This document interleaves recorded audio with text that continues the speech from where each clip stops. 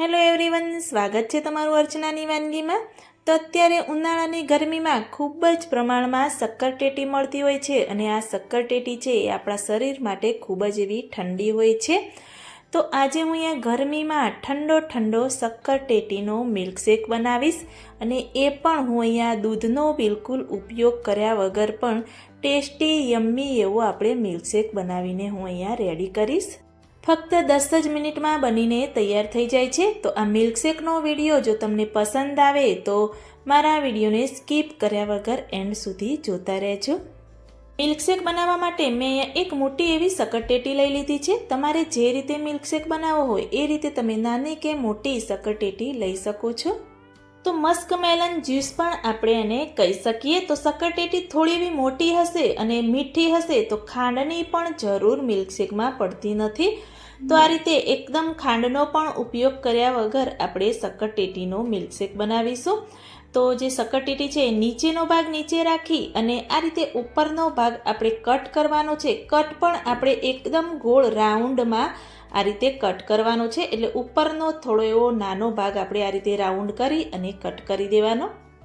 તો તમે જોઈ શકો છો કે પરફેક્ટ એવું આપણું આ કટિંગ થઈ ગયું છે। તો હવે જે બિયાનો ભાગ છે એ બધામાંથી આપણે બિયા દૂર કરી દઈશું। તો આ રીતે ધીરે ધીરે કરી ચાકુની મદદથી બિયાનો ભાગ આપણે દૂર કરી દેવાનો। અંદર રેસાનો ભાગ આવે છે એટલે આ રીતે ચાકુ તમે લગાવશો એટલે બધા જ રેસા કપાઈ જશે અને બિયા બધા જ આ રીતે સરળતાથી બધા નીકળી જશે। કોઈ મોટી ચમચીની મદદથી પણ તમે આ રીતે બિયા નીકાળી શકો છો। તો આ રીતે ધીરે ધીરે કરી આપણે પહેલાં બધા જ બિયા દૂર કરી દઈશું। તો ટેટીમાંથી બધા જ બિયા મેં લઈ લીધા છે, નીકાળી દીધા છે। તો હવે અંદરથી જે ટેટીનો પલ્પ છે એ પલ્પ હવે આપણે નીકાળવાનો છે। તો આ રીતે ઉપરનો જે છાલનો ભાગ હતો એમાંથી પહેલાં થોડો બધો જ પલ્પ આપણે આ રીતે ચાકુની મદદથી કટ કરી અને લઈ લઈશું અને એ જ રીતે ટેટી જે ગોળ રાઉન્ડ કટ કરીને રાખી છે એમાંથી પણ આપણે ટેટીનો બધો જ પલ્પ આ રીતે બાઉલમાં લઈ લઈશું। તમે મોટો એવો ચમચો હોય એનાથી પણ આ રીતે પલ્પ નીકાળી શકો છો। આ રીતે ચાકુથી થોડા એવા ટુકડા અંદર કરીશું એટલે બધો જ પલ્પ આપણો નીકળી જશે। તો આ રીતે ચમચો મેં લઈ લીધો છે। હવે નીચેનો જે ભાગ છે એ આ રીતે ચમચાની મદદથી હું અહીંયા પલ્પ બધો નીકાળી અને બાઉલમાં લઈ લઈશ। આ રીતે તમે જોઈ શકો છો કે મેં બધો જ પલ્પ શક્કરટેટીનો નીકાળી અને બાઉલમાં લઈ લીધો છે। એમાંથી મેં થોડા એવા શક્કરટેટીના ટુકડા કરી ગાર્નિશ માટે સાઈડમાં લઈ લીધા છે અને જે બીજો બધો જ જે પલ્પ છે એ બધો જ આપણે મિક્સર જારમાં લઈ લઈશું। તો શક્કરટેટી એકદમ મીઠી છે એટલે હું અહીંયા જરાય ખાંડનો ઉપયોગ નથી કરવાની। તો આ રીતે થોડા એવા ડ્રાયફ્રૂટ મેં કાજુ અને બદામ લઈ લીધા છે, પિસ્તાનો પણ તમે ઉપયોગ કરી શકો છો। તો ઝીણા એવા કટ કરી અને આપણે ડ્રાયફ્રૂટ અંદર એડ કરી દેવાના અને અહીંયા હું વેનીલા આઈસ્ક્રીમ અંદર એડ કરીશ। 3 સ્કૂપ હું અહીંયા વેનીલા આઈસ્ક્રીમ એડ કરવાની છું। દૂધનો હું અહીંયા જરાય પણ ઉપયોગ નથી કરવાની। તો 3 સ્કૂપ આપણે આઈસ્ક્રીમ એડ કરી દીધો। તો હવે એને ઠંડો બનાવવા માટે થોડા એવા આઈસ ક્યુબ અંદર એડ કરી દઈશું, બંધ કરી દઈશું અને એકદમ પ્રોપર એવું ક્રશ કરી અને આપણે મિલ્કશેકને રેડી કરી દઈશું।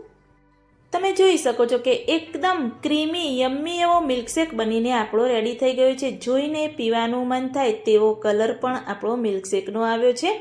તો હવે આપણે એને સર્વિંગ બાઉલમાં લઈ લઈશું। તો મેં સર્વિંગ બાઉલમાં જે ટેટીનું જ રાઉન્ડ કટ કરીને રાખ્યું હતું આપણે એમાં જ લઈશું। તો થોડા એવા નીચે આપણે ગાર્નિશ કરીશું ટેટીના ટુકડા। તો આ પરફેક્ટ માપ છે કે જે શક્કરટેટી હતી એ જ આખી શક્કરટેટી ભરાઈ અને આપણો મિલ્કશેક બનીને તૈયાર થાય છે। તો આ રીતે 4 ગ્લાસ બની અને મિલ્કશેક આપણો બનીને તૈયાર થાય છે। તો તમે જોઈ શકો છો કે આખું પૂરેપૂરું ભરાઈને રેડી થઈ ગયું છે। ઉપરથી આપણે થોડા એવા ટુકડા ગાર્નિશ કરી દઈશું, થોડા એવા ડ્રાયફ્રૂટ ઉપરથી આપણે ગાર્નિશ કરી દઈશું। જો બાળકોને પસંદ ના હોય તો તમે એને સ્કીપ પણ કરી શકો છો। તો બિલકુલ ખાંડનો ઉપયોગ કર્યા વગર અને દૂધનો ઉપયોગ કર્યા વગર એકદમ હેલ્ધી એવો ઠંડો શક્કરટેટીનો મિલ્કશેક બનાવી એની રેસીપી મેં અહીંયા તમને શેર કરી છે। તો તે ગરમીમાં પુષ્કળ પ્રમાણમાં શક્કરટેટી મળતી હોય છે। તો તમે પણ લાવી અને મારી આ રીતથી એકવાર બનાવીને ચોક્કસથી ટ્રાય કરજો। ખૂબ જ એવો યમ્મી બને છે અને માનવ માહિરને તો મેં બનાવીને આપ્યો તો તરત જ એમને બધો જ મિલ્કશેક ફિનિશ કરી દીધો અને અમારા ભાગમાં તો આવ્યો જ નહીં। તો જો તમને પણ મારી આ રેસીપી સારી લાગી હોય તો મારી ચેનલને લાઈક, શેર, કમેન્ટ કરજો. મળીએ કોઈ એક નવા વિડીયો સાથે, નવી માહિતી સાથે. ત્યાં